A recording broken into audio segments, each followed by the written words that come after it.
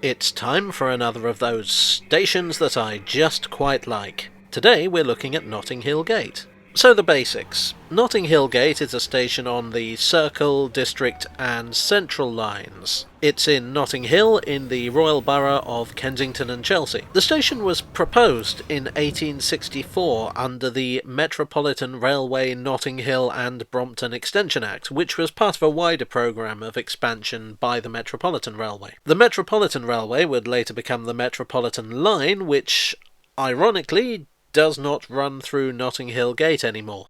The station opened on the 1st of October 1868. The District Railway started running services through here in December that year. Stations on this section were built to a standard pattern devised by Chief Engineer John Fowler. Platforms were about 300 feet long, and the distance between the walls was 50 feet 5.5 inches.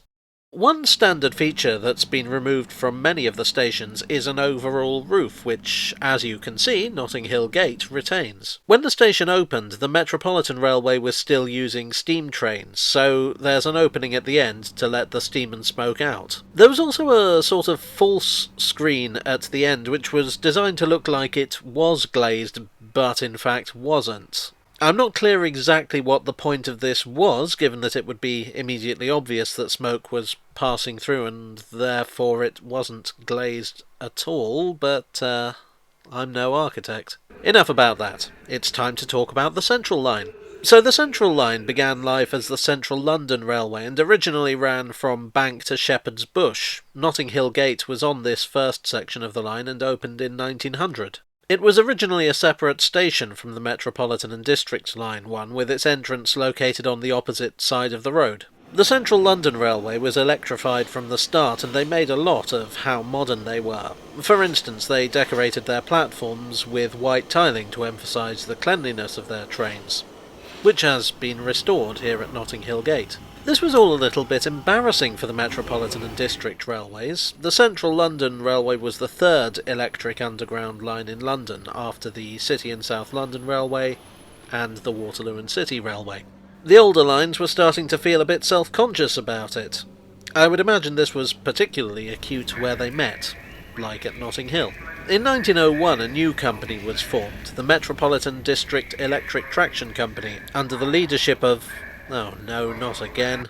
Charles Tyson Yerkes. So this company was in charge of masterminding the electrification of the District Railway, and because the Metropolitan and District Railways shared the route that would later become the Circle Line, Notting Hill Gate got put on the juice in 1905. Put on the juice is how we cool kids say electrified. After electrification of the route was complete, many stations had their overall roofs removed, such as nearby Sloane Square. Notting Hill was spared this ignominious fate and as a consequence is now listed. As the 20th century went on, the tube lines realised that cooperation rather than competition was the best way to get things done. Not least because by 1913 both the District Railway and the Central London Railway were owned by the same company. At various points, the very sensible idea was put forward to combine both Notting Hill Gate stations into one. It was a popular interchange station, and as things stood, there were two separate ticket offices on opposite sides of a busy main road. In 1937, work even began on rebuilding, but it was blocked by the London County Council.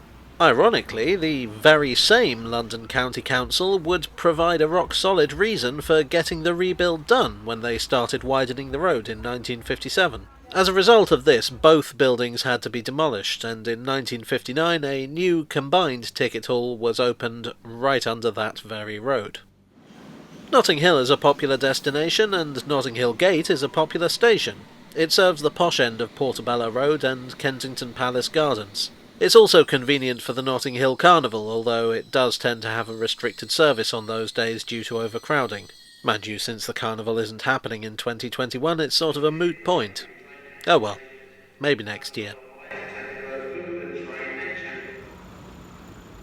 Well, I hope you enjoyed this covered-over tale from the tube. If you did, please leave a like so the YouTube overlords know to promote it. And if you're new around here, you may wish to consider subscribing for more content like this. Thanks as always to my Ko-fi comrades and Patreon pals for their generous donations.